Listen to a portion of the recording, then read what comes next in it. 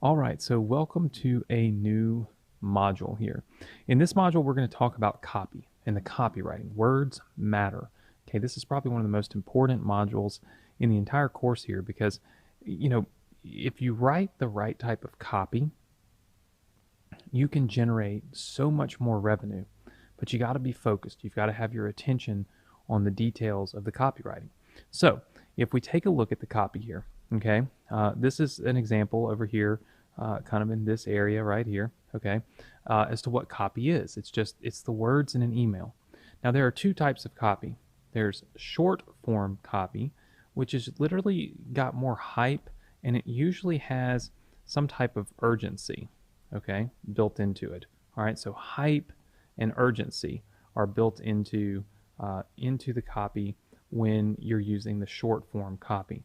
When you're using long form copy, okay, like this, it's usually more informative, okay? It's going to be more informative. It's for people that don't take quick action, right? There are people that want details, right? Bullet points, if you will. So if we start taking a look at copy and what it looks like, this is an example of some short form copy. It says, hey, I've just released a new training on how to run Facebook ads. Click here to watch. This will only be available for 24 hours. And then we sign off. This is a very short email. Our goal is really just getting clicks, right? Our goal is to get clicks on this link. We're not trying to really give people a whole lot of information in the email. We're not trying to pre-sell them on anything. We're not trying to educate them on anything.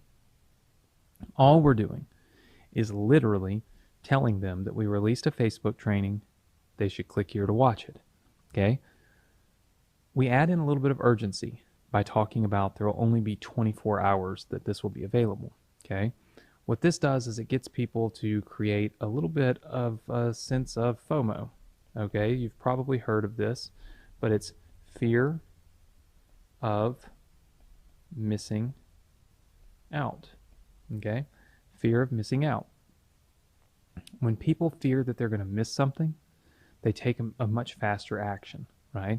And that's what you kind of create with lines like this, okay, that create a little bit of urgency. People feel like, oh my gosh, I'm going to miss this. I better do this right now. And then that's what they do. Now, with a long form copy, okay, so with a longer form copy, you might send the same type of message to your list, right? It might say, hey, I've just released a new training on Facebook ads. And then you'll have something like, watch it now, right? This is going to be your link. But then it says, here's what you'll learn. And then you've got bullet points, right? And then this email might even keep going a little bit further, right? So we put bullet points in, and then, you might say, if you feel this will help your business, make sure to attend, right? And then you might put something else in here like, watch it now. And then you can sign off, right? And so now this email becomes a much longer email. Now, what's different in this email and the other one? What's different in this email and the other one is this right here, right? It's adding in the bullet points, the information. It's giving people more information in the email, okay? Look, they can still click this link, okay? And they can still click this link, right? Now, you will have a percentage that will click this one before they ever even really read the whole email, but you'll have a large percentage that will click this link after they've read through this entire email and they've learned the bullet points, right? So they can see what the benefits are of actually having access to this particular training. So what you find is that people respond to different types of copy. Some people, when they see a really long email, will never ever sit through and read the whole thing, so they just close it. Some, when they see a short email, think, there's no value in this for me, and so they just close it.